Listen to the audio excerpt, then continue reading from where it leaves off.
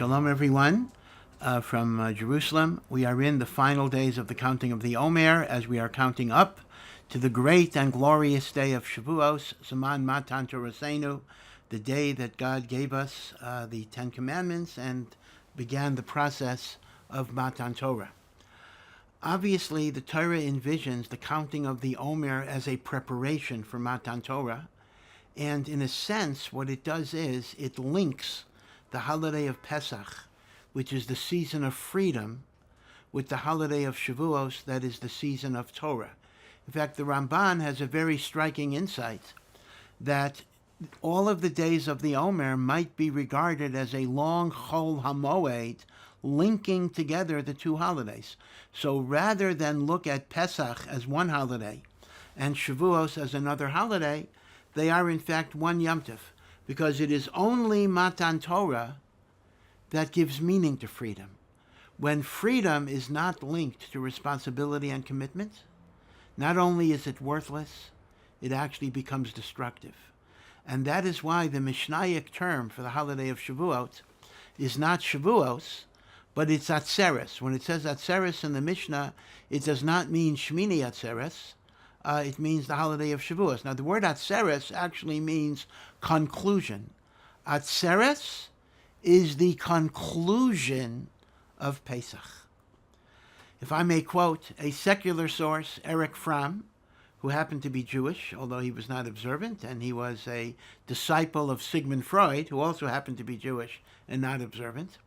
Erich Fromm said, "We make a tremendous mistake when we define freedom as freedom from something, whether it's slavery or persecution or poverty. Freedom from something is only a negative. You're free from that which would hurt you. But freedom has to be towards something, towards a goal, towards a purpose, towards something that gives meaning to your life. A Pesach without a Shavuos has no value whatsoever, and it's even destructive." Our sages pointed this out a long time ago. Our sages pointed out that the korban that is brought, the grain offering that is brought on Pesach, is the Omer, which was barley. Barley, at least before cholent was invented, tended to be animal fodder. On Shavuos, the grain offering that we bring are shtei halechem, 2 loaves of wheat bread. So Pesach, the food is animal.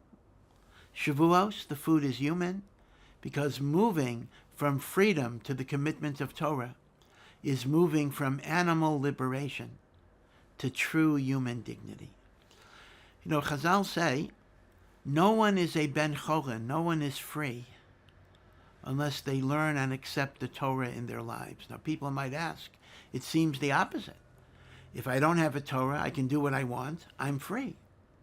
But if I may quote our own beloved Rosh Yeshiva, Rav Nata Schiller, may he be well, he once pointed out that, in Judaism, we place a very great emphasis on bechira, free will.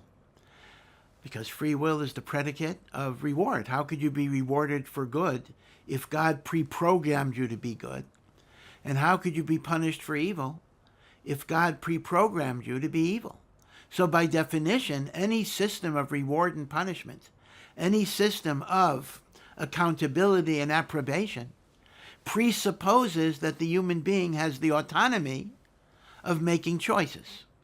So if you ask most people, what does it mean to have free will? They're going to say, I can do whatever I want. Rev Schiller points out, with a great deal of insight, that true freedom is not doing what you want. It's doing things that you'd rather not do because they're the right thing to do, or not doing things that you would rather do because it's better not to do them. Freedom is the override over my animal passions and my instincts. Freedom is the ability to say no when I would rather say yes. And freedom is the ability to say yes when I would rather say no. So when a person is a slave to whatever mood they have at the moment, to whatever desire they have, whether it's for money or for drugs or for alcohol or workaholism or whatever it would be, that is not freedom. That is a slavery to the animal component of ourselves. It is precisely in our submission to God that we achieve freedom and liberation. And thus, Pesach and Shavuos are not separate holidays. It is Shavuos that gives meaning to Pesach, and that is why we link the two holidays by the ceremony of counting of the Omer. There is no freedom without Torah. It is Torah that enables and ennobles the concept of freedom.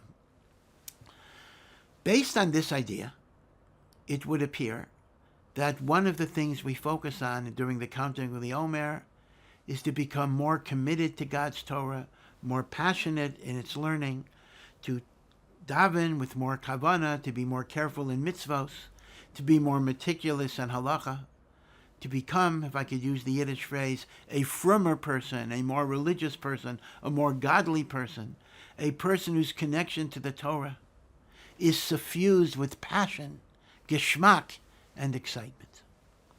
Intrinsically, this period of the Omer is not a sad period. As the Sefer HaChinuch points out, it should actually be joyous. We're looking forward to Matan Torah. And yet we know in the course of years, the counting of the Omer period got connected to certain minhagim, certain customs of avelus, of mourning, not getting married, not cutting our hair, not listening to music, etc. Why would a happy period become somewhat of a sad period? And the reason that the Gaonim give is because Rabbi Akiva, who had 24,000 students, the largest yeshiva in the world today only has 8,000 students, whether it's Lakewood or Mir in Yerushalayim.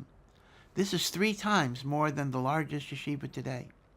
Rabbi Akiva had 24,000 students, which he attained after 24 years of struggle and suffering.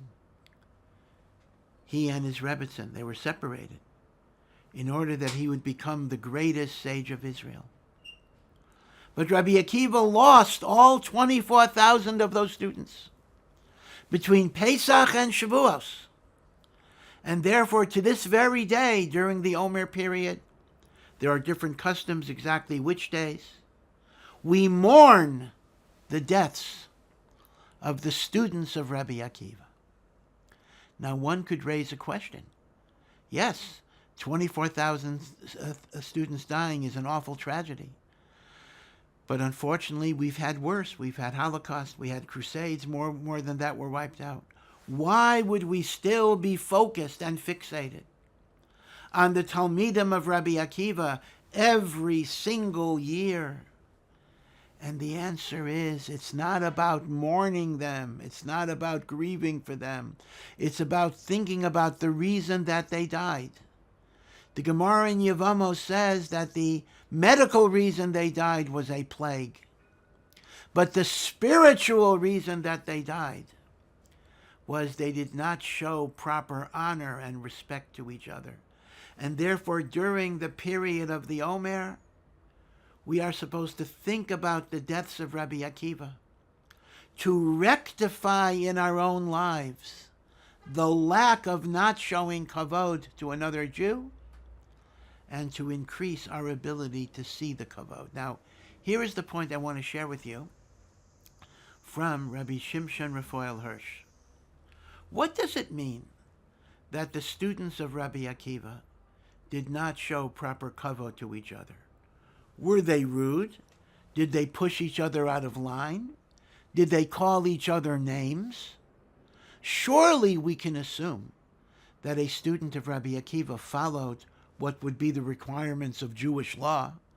They followed what would later be in the Shulchan Aruch, especially since Rabbi Akiva himself taught, V'yahavta l'recha kamocha, loving your fellow Jew as you love yourself is a klal gadol b'Torah, is a fundamental principle.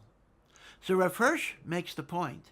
If you would have seen a video of the students of Rabbi Akiva, you would not have even thought there was a problem. They were polite. They had derech eretz. They followed all of the requisite halachot of bein adam lechaveiro. So what does it mean they did not show kavod for each other? Rav Hirsch explains that the shorish of kavod comes from kaved. Kaved means heavy, weighty, significant. Having kavod for another person does not just mean I'm polite, I observe etiquette. It means I see their value, I see their weightiness, I see their gravitas, I see their significance. I could be polite to a person, but in my heart of hearts, I regard them as a nobody. But I'm a big tzaddik, so I'm nice even to nobodies. Kavod is exactly the opposite. I look at the other person and I see that they are in the image of God. I see their beauty. I see their worth. I see their value. As Pirkei Avos says, Ezeu Chacham, a truly wise person is lomed mikol adam. I learn from everybody. Because in everybody, I see their worth. I see that they are a reflection of God. So for some reason, and this is still a bit of a mystery, even though we can assume, Rav Hirsch writes, that the students of Rabbi Akiva treated each other with decency, they didn't see the value in each other to the level that they should have. Maybe, perhaps, they were so connected to the great Rabbi Akiva that they didn't need to foster a connection among themselves. So kavod is not about politeness. It's about seeing the significance, the weightiness, the value, the beauty in the other person. So b'kitzor, in summary, if we ask ourselves, what is our avodah, what is our service during the weeks of the Omer? One is to understand that freedom without Torah is meaningless, and therefore our job is to grow in passion, in commitment, in the pursuit of truth, in Torah study. That's aspect number one. Aspect number two is to look at my fellow Jew, and to some degree my fellow human being, and see their value and see their significance. And as a result, rectify the fatal flaw of the students of Rabbi Akiva. And let me emphasize, by the way, one might ask the question, okay, not seeing the kavod in another person, okay, maybe that's not great, but do you deserve to die for that? Do you get the death penalty for that? And I think the answer is, this was not so much of a punishment, but rather, these 24,000 people were supposed to be the Torah leaders of the next generation. They were the teachers, they were the rabbis, they were the scholars. If they would have been lawyers, doctors, accountants, they might have lived. But essentially, you cannot be a teacher of Torah unless you see the inherent value and goodness of the Jew to whom you are trying to impart Torah. And if they did not see that, they had to be replaced. They could not be the transmitters of Torah to the next generation. So this was not a punishment. It was simply the idea that they could not fulfill their task, and therefore others had to take their place. Now, the final thought I want to leave you with is this. On one hand, we have this idea of increasing my passion and my fire and my commitment to Avodas Hashem. And on the other hand, we have to look at others with kindness, with consideration, see their value and see their worth. Unfortunately, in the polarized society that we live in, we often achieve one goal only at the expense of ignoring the other. There is often a tendency that as I get stronger in my mitzvos, more passionate in my Torah, more fiery in my commitments, I will tend to look down and disparage those who are not living up to the standards that I have set for myself. In other words, the greater the passion, the less the kavod you have for others. Vice versa. There are big tent people who are accepting and tolerant, and they see the beauty of everybody. But that's because they may lack a moral compass. They may lack a moral center. I'm okay, you're okay. Abortion on demand, why not? Same-sex marriage, who are we to stop people who love each other? So we live in this paradoxical world where the more passionate and frum I become, the more disparaging I might be of others. The more accepting of others, the less passionate and frum I am in my religious life. Sviras HaOmer says, this is not a binary choice. This is not an all or nothing. This is not one or the other. Rather, you must become passionate and fiery and committed in your avodas Hashem, in your Torah learning. You must be uncompromising in your attachment to emes, to truth. But at the same time, you must do so with love and tolerance and even respect. I don't mean the tolerance you might have for a dog or for an inferior, but to genuinely see the good in the other. You have to do both. It is not an either-or choice. The emes this is actually a pasuk in Zechariah. The Navi Zechariah, one of the last Nevi'im at the beginning of the second Beis HaMikdash, said b'shem Hashem, ha'emes v'hashalom ehavu. A Jew must love truth, and a Jew must love peace. There is a famous thought from the Kutzker Rebbe, who says, it's easy to love truth if you don't care about peace. I'll stand up for my emes. The fact that I hurt you, the fact that I reject you, doesn't bother me. Emes is the only thing I care about. So it's easy to love truth if you don't care about peace.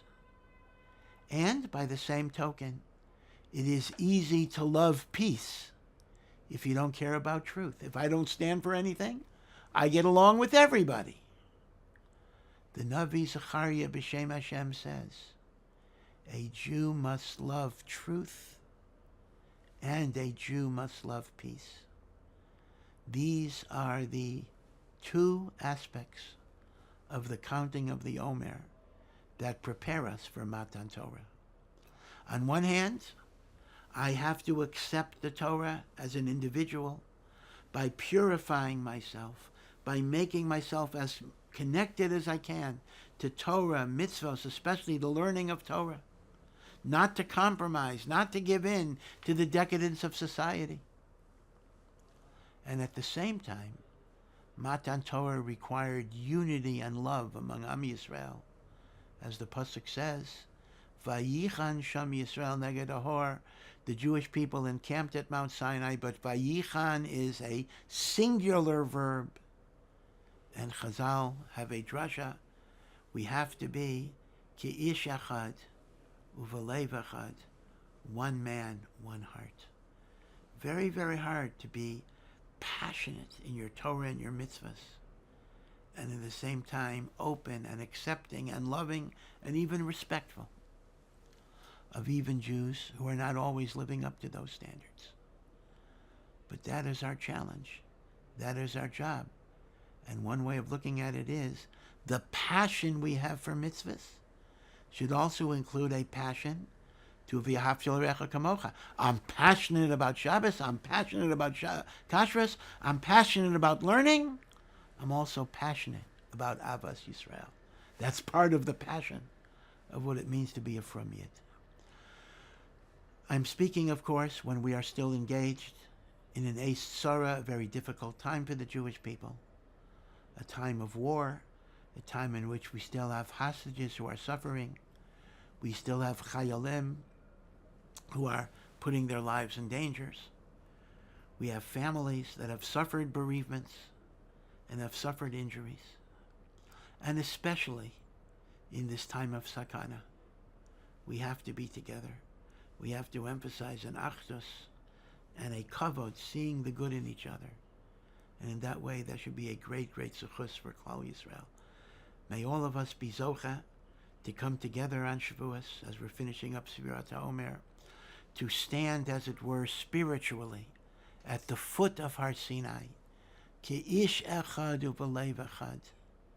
And may we all proclaim, as we did so many years ago, Kol asher diber Hashem, all that God says to us, Nasa, we will do, V'nishma, and we will learn. Hi, this is Peretz Baruch Eichler, a proud alumnus of Ohr Somayach. Now, what you just watched is one of the many programs that Ohr Somayach provides, leaving its impact on hundreds of thousands, with so many more waiting to be reached. Ohr Somayach's central campus in Jerusalem has over 300 students presently learning there. And now you can be a vital part of spreading that bounty of knowledge worldwide by logging on to donate.ohr.edu. We can step up to the plate at this pivotal moment of Ohr Somayach's growth and bring the next generation of Jews home.